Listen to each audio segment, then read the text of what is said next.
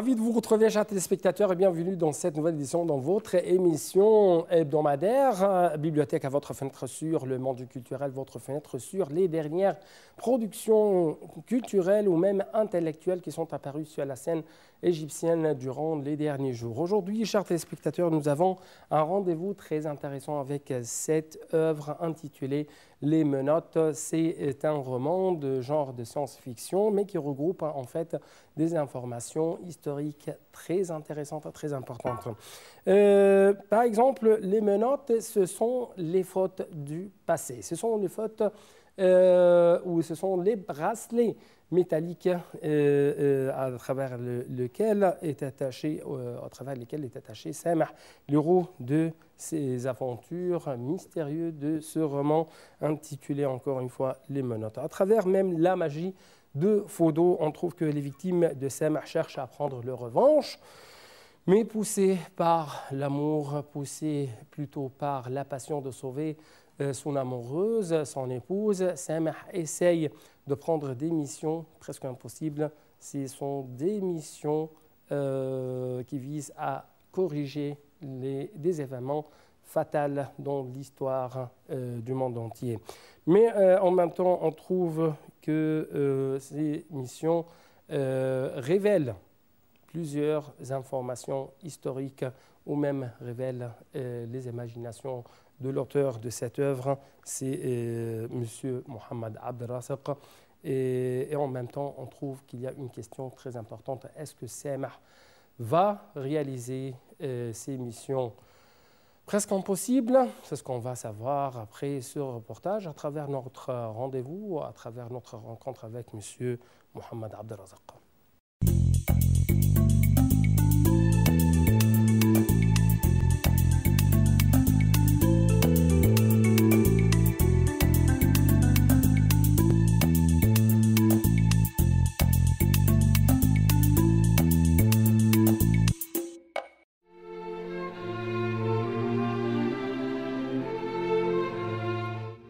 Le voodoo, plus rarement appelé voodooïsme, est une religion originaire de l'ancien royaume de Dahomey en Afrique de l'Ouest. Pratique occultée éclatée en multiples communautés, cette religion d'ordre cosmique, issue des cultes animistes africains, est toujours largement répandue aux Caraïbes et en Amérique. Elle se caractérise par la pratique de la sorcellerie sur des poupées à épingles. Ces poupées représentent les ennemis. Elles sont brûlées en espérant que ces ennemis soient maudits. Le vaudou est une sorte de sorcellerie noire où les gens se servent de fantômes et de djinns. Certains historiens pensent que le vaudou a été découvert en Afrique à l'aube de l'humanité. D'autres disent qu'il remonte à plus de 10 000 ans. Mais d'autres théories encore ont émergé affirmant que l'une des raisons de l'apparition de cette religion est l'occupation européenne de l'Afrique et le début de la traite négrière. Les Européens ont cherché à faire disparaître les croyances religieuses africaines pour mieux contrôler les peuples africains. Les Africains ont été terrifiés. Ils se sont réunis à maintes reprises pour modifier et développer le rite religieux. Malgré la diversité de communautés religieuses, ils ont mêlé les rituels et la religion a vu le jour sous sa forme finale. Le terme voodoo est dérivé du mot vaudon qui signifie esprit. Cette religion apparue aux Caraïbes s'est répandue et a couvert tous les pays d'Afrique, ce qui a contribué à son succès. Avec la propagation de la traite des esclaves, la religion s'est répandue jusqu'aux deux Amériques et s'est stabilisée à Haïti. C'est là où elle a gagné sa renommée de sorcellerie noire, capable de porter le mal. Avec l'apparition du vaudou à Haïti et dans les Caraïbes, il a commencé à disparaître de l'Afrique elle-même. Le vaudou dans le concept islamique est la sorcellerie et le recours aux démons dans le but de nuire à autrui. C'est une forme de polythéisme majeur. Dans l'islam, le vaudou est considéré comme un héritage païen et polythéiste. Les polythéistes ne croient pas en Allah et ont recours aux démons pour atteindre leur objectif. Tout ceci est illicite et interdit conformément aux principes de l'islam. Le sorcier est puni, qu'il soit vaudou ou autre.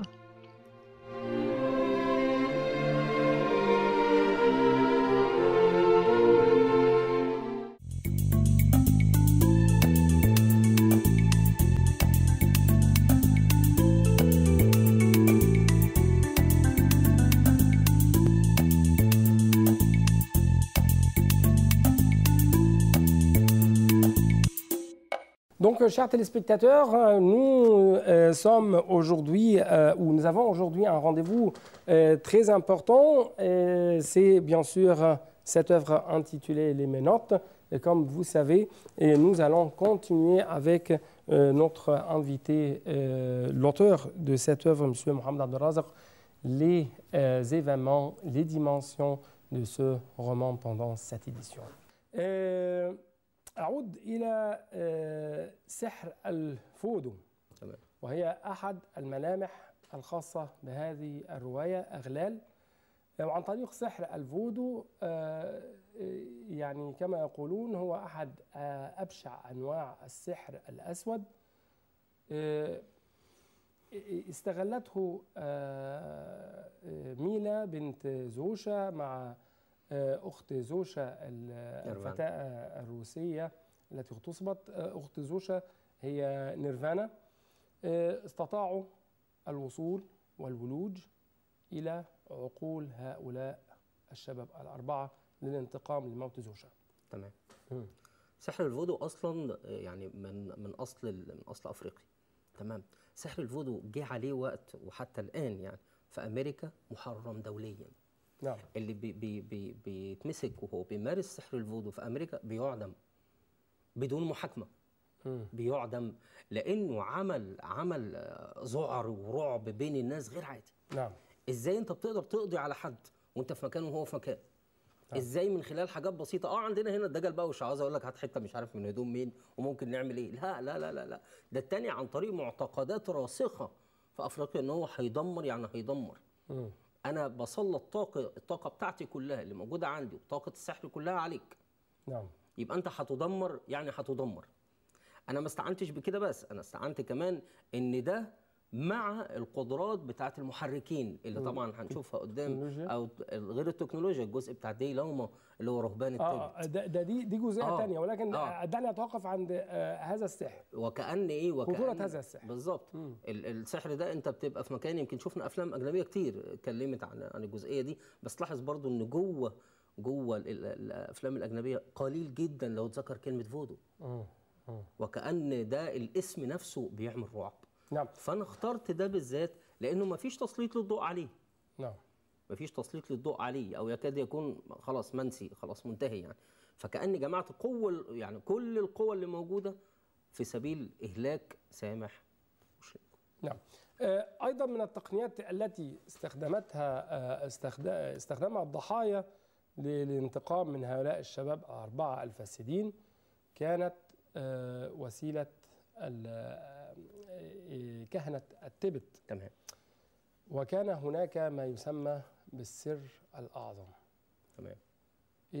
ما هي حكاية أو مغامرة السر الأعظم؟ هو السر الأعظم ده يعني أنا قريت عنه كتير، يعني إن أنت لما قدراتك البشرية أنت ما تعرفهاش. كتير مننا قوي ما بيكتشفش نفسه. لو اكتشفت نفسك أنت هتبقى إنسان خارق زي ما بيقولوا. نعم. إحنا ما بنستخدمش أستاذنا من قدراتنا غير 10% بس. تخيل انت لو القدرات دي ابتدت تعلى ووصلت ل 25 ل 50 ل 70%، انت ممكن توصل لحاجه اسمها الاي اس بي اللي هو المحركين، بانك تقدر تحرك اجسام من على بعد. نعم. بالطاقه بتاعتك وبالقدره بتاعتك. رهبان التبت اكتشفوا اكتشاف بسيط جدا، ان العناصر الغذائيه اللي بتخش جوه الجسم كل ما زادت العناصر الغذائيه دي، يعني بكميه الاكل الكتير اللي بتتاخد، بتقضي على الجزء الروحي او التسامي اللي جواك، وبتقضي على طاقه التفكير اللي موجوده. نعم. فهم ابتدوا يستعينوا بايه؟ بانه هياكل الكفاف. ما يكفيه، وابتدى يعيش جسمه في أجواء غريبة جدا، بدليل إن هم طلعوا فوق جبال التبت، طبعا معروفة هناك درجات الحرارة عاملة إزاي والجو عامل إزاي، وقعدوا في الكهوف هناك، وممكن يقعد مثلا مع نفسه كده ومركز في حاجه، ممكن تعدي مثلا ساعه او اتنين وهو مش هنا خالص. اللي الناس يقول لك ده بيلعب يوجا، لا لا لا، هو بيبقى جسمه موجود قدامك، ولكن طاقه عقله كلها هو موجهها في مكان تاني، وبيقدر يعمل حاجه عايزها بكل بساطه قوي من توجيه قدراته العقليه دي. نعم. فالسر الاعظم يعني انك تقدر توصل لاعلى قدرات بشريه عندك. نعم، ليس هو التحكم في جسمك الخاص، ولكن هو التحكم في الآخرين. بالظبط، انك تقدر عن بعد. ما هو انت تحكمت في جسمك بقى، خلاص انت وصلت. ما بعد ذلك هو الاخطر، انت هتقدر تتحكم في التاني، وده اللي خطر جدا، ده اللي خطر.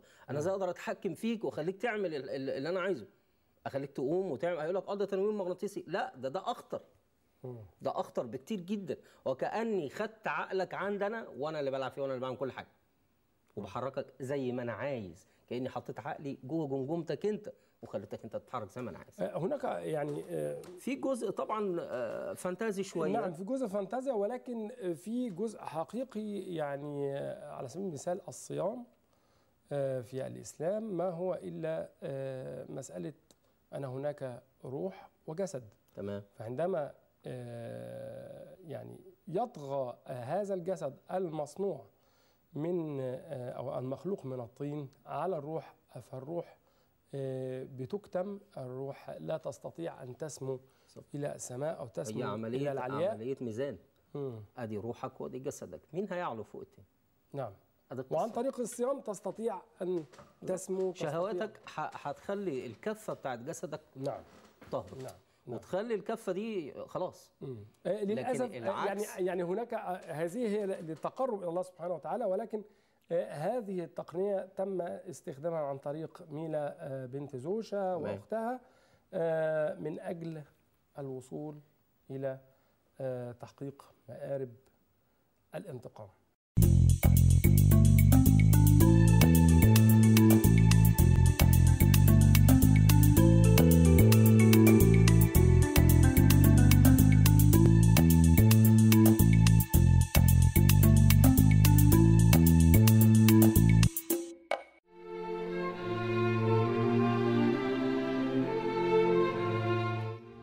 Les racines de la science-fiction remontent à la science des mythes ou la mythéologie. Les prémices de la science-fiction apparaissent dans Histoire véritable de l'écrivain Lucien de Samosate au IIe siècle, ainsi que dans certains contes des Mille et une nuits.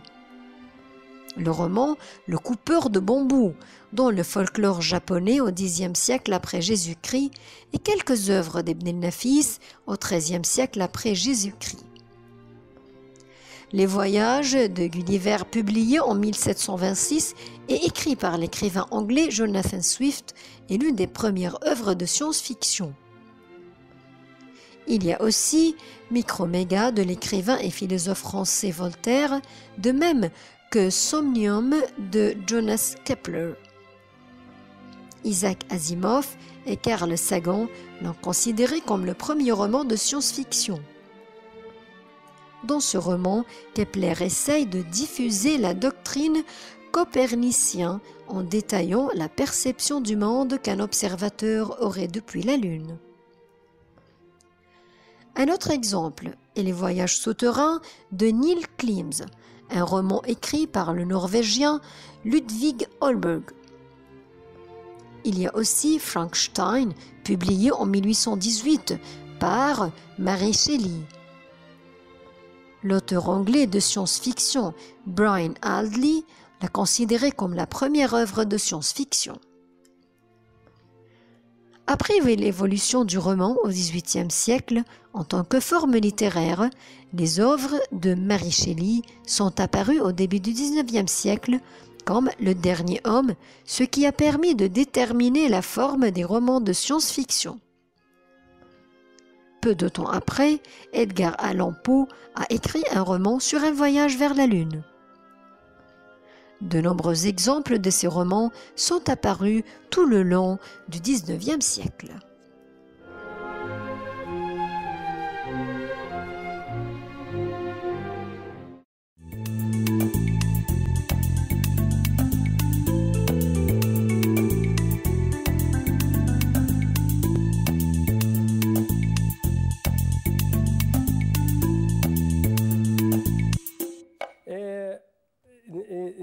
هناك أيضا غير سحر الفودو هناك كما نقول 5 أشياء أو 5 مهمات مستحيلة، ولكنها مهمات أشارت إليها نيرفانا على سامح وشلينكو من أجل تغيير مجريات الأحداث في الماضي بهدف فك الأغلال عن منال والأب دوروف. أول هذه الأمور كان الطاعون الذي قتل أو أفنى ثلث سكان أوروبا ونصف سكان الصين في كما ذكرت 1347 ميلاديا. هل نجح الأولاد في تحقيق تغيير مجريات أحداث التاريخ؟ طيب قبل ما نتكلم في النقطة دي تسمح لي أتكلم في النقطة بس سريعة. ليه 5 مهمات؟ ليه مش 4؟ ليه مش 3؟ اشمعنى 5؟ لو حضرتك لاحظت هتلاقي 5 يعني قيد. نعم. يعني وكأن 5 هي أغلال. كل ما هتنفذ مهمة أنت هتفك جزء من الحلقة اللي موجودة حوالين رقبتهم. نعم. فكأن أنا اخترت 5 مهمات وتصادفت سبحان الله مع ال5 أخطاء، ومن هنا جات لي الفكرة. ما حدش هيقدر يغير التاريخ، لأن لو اتغير التاريخ يبقى الدنيا كلها اتغيرت، يبقى الكون كله اتغير، يبقى هنعيد حياتنا من أول وجديد. نعم. لكن أنا اخترت صعوبة المهمة اللي قالتها لهم عشان نوع من التعجيز. نعم. غير لي المهمة دي. طب إيه المهمة؟ أول مهمة عندك الطاعون. نعم. طب ده موت فعلا، ده خلاص دول انتهوا. نعم. بس أنا بقدراتي أنا هقدر أرجع كل حاجة، وكأنها بتخدعهم. وريني هتعملوا إيه؟ طب أنا هعمل إيه في مرض الطاعون؟ اللي أنا حاولت إن أنا أبتكره، أنا كنت ممكن أذكر ال5 أخطاء ورا بعض وخلاص. نعم. لكن أنا عملت بكل خطأ مهمة، وما أقدرش أقول لحضرتك أنا تعبت قد إيه. نعم. لا، ومن الواضح أيضا أنك يعني حاولت إثراء معلومات القارئ بالظبط عن طريق أنك تدخل إلى التاريخ وتقدم نماذج وكيف تربطها بالحاضر. ودعني أقول لك أمرا في غاية الأهمية، ألا وهي أن هناك حكمة في يعني في منتهى الحكمة في منتهى الحكمة، أو الحكمة في منتهى الجمال، هي أنك لا تستطيع أن تغير أخطاء الماضي، ولكن يمكن أن تغير الحاضر لأجل مستقبل أفضل. بالظبط. بالظبط. في نقطة في الجزء بتاع مرض الطاعون، لو حضرتك اكيد طبعا حضرتك قريت وهعرف رايك اكيد بعد الحلقه. وهم على السفينه انا دايما كنت بختارهم حطاهم هي جوه الحدث. نعم. يعني هم من نفس الشخصيات. نعم. وكانوا بنفس اللبس، بنفس العصر، بنفس القوه، بنفس نعم. الشخصيات. فك لي اللغز ده. هم على السفينه كان هيشاور ازاي للسفينه الثانيه اللي جايه علشان يبلغهم ان هنا في مرض. نعم. عن طريق السيمافور. انا اصلا كنت مساعد قائد، واخد شارة اسمها الشارة الخشبيه، مساعد قائد كشافه. نعم. على مستوى جمهوريه مصر العربيه، كشافه بحريه. نعم. فكان عندنا طريقه اسمها السيمافور. السيمافور دي عباره عن طريقه بالاعلام، لما بنبقى مثلا في مكان وما عندناش اي تكنولوجيا اقدر اشاور بيها لسفينه ثانيه جايه تعرف اتجاهاتي ايه، تعرف انا مين، وكانها لغه وكانها شفره. نعم. فانا حبيت احط جزء من ده اوظفه في قلب دوت. فكأن انت بتاخد من حياتك اللي انت عشتها جوه كمان القصه. فيمكن اغلال من الروايات اللي هي ارهقتني، لان انا ما كنتش بجمع جزء وخلاص، لا انا بجمع حاجات خاصه بي انا، وخاصه بعملي، وخاصه هنا وهنا وهنا وهنا وهنا، بحيث في الاخر اطلع عمل يرضي القارئ طبعا قبل ما يرضيني. نعم. اولا نتوقف امام شخصيه سامح. والحب قد يصنع المعجزات، قد ليس دائما ولكن قد وقد يودي بحياة الإنسان أكيد. في سبيل الحب، خاصة إذا كان حب مخلص. دعني أتوقف أيضا عند ملمح من سامح، وهو أنه قد تغير سامح إلى حد ما قد تغير. ليس سامح المستهتر، ليس سامح الذي كان لديه النعم وكان مستهتر حتى بحياة الآخرين. تمام. وبحب الآخرين. لأنه اتحط تحت ضغط. أي إنسان بيتحط تحت ضغط معين شخصيته بتتغير كل يوم عن التاني، بل كل ساعة عن الساعة اللي قبلها. هنا الضغط كان صعب جدا عليه. ده ضغط نفسي رهيب. الضغط النفسي بيكون أصعب كتير جدا من الضغط البدني. نعم. لما اضغط عليك في جسمك انت في حاجة معينة وأعذبك انت هتستحمل. نعم. ولكن عذاب حد بتحبه بيكون العذاب هنا أكبر. دليل الأم لما بتلاقي ابنها تعبان هي بتتعب مع تعب ابنها. بدليل ممكن ابنها يخف بعد كده هي ترقد. ليه؟ لأنها كانت عمالة تشيل جواها وما بتبينش. فسامح طول الأحداث هو عمال ياخد ضربات ويستحمل ويتغير في الشخصية عشان خاطر مين؟ منال اللي هو النيل. ويا ريت في الآخر قدر إن هو ينولها. يا ريت كان هو يتمنى ده وقرر إنه يخوض الأخطاء دي كلها وماشي مش مشكلة، بس إن أنا أنول في الآخر الكنز ده، وكأن منال هي كنز هو عايز يوصل له. Malheureusement, nous devons nous arrêter pendant cette édition, mais je dois vous promettre, chers téléspectateurs, que dans la deuxième édition de cet ouvrage intitulé Les Menottes, nous allons savoir ensemble quelles sont les aventures qui attendent les héros de ce roman. Donc, il ne me reste que vous dire à tout à l'heure.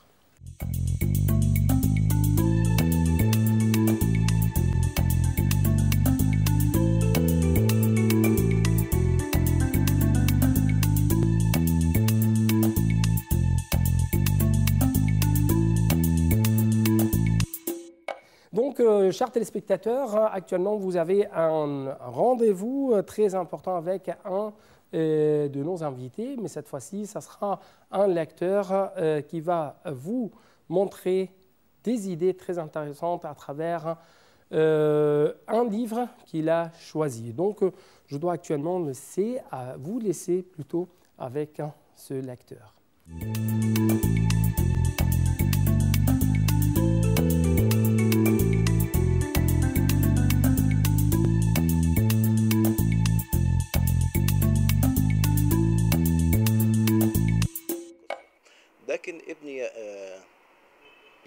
Hay Ben Yaqzan est un livre philosophique. Avicenne était un philosophe qui a écrit plusieurs livres. Il était aussi médecin. Les universités étudiaient ses livres dans ce domaine. Mais il était connu pour sa philosophie islamique.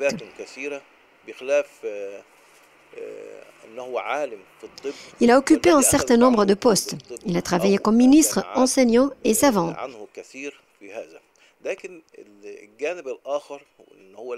Il changeait toujours de place. Un jour, il était ministre, un autre, lorsque le calife se mettait en colère contre lui, il le transférait.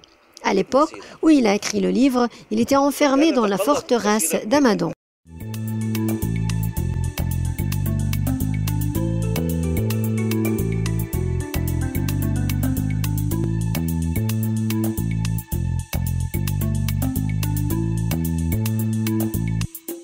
Donc, chers téléspectateurs, avant de vous quitter, je dois vous inviter à jeter un coup d'œil sur le box-office, sur les dernières évolutions en ce qui concerne le marché des livres, en ce qui concerne plutôt les livres les plus vendus, les plus achetés sur le marché international ou même sur le marché national.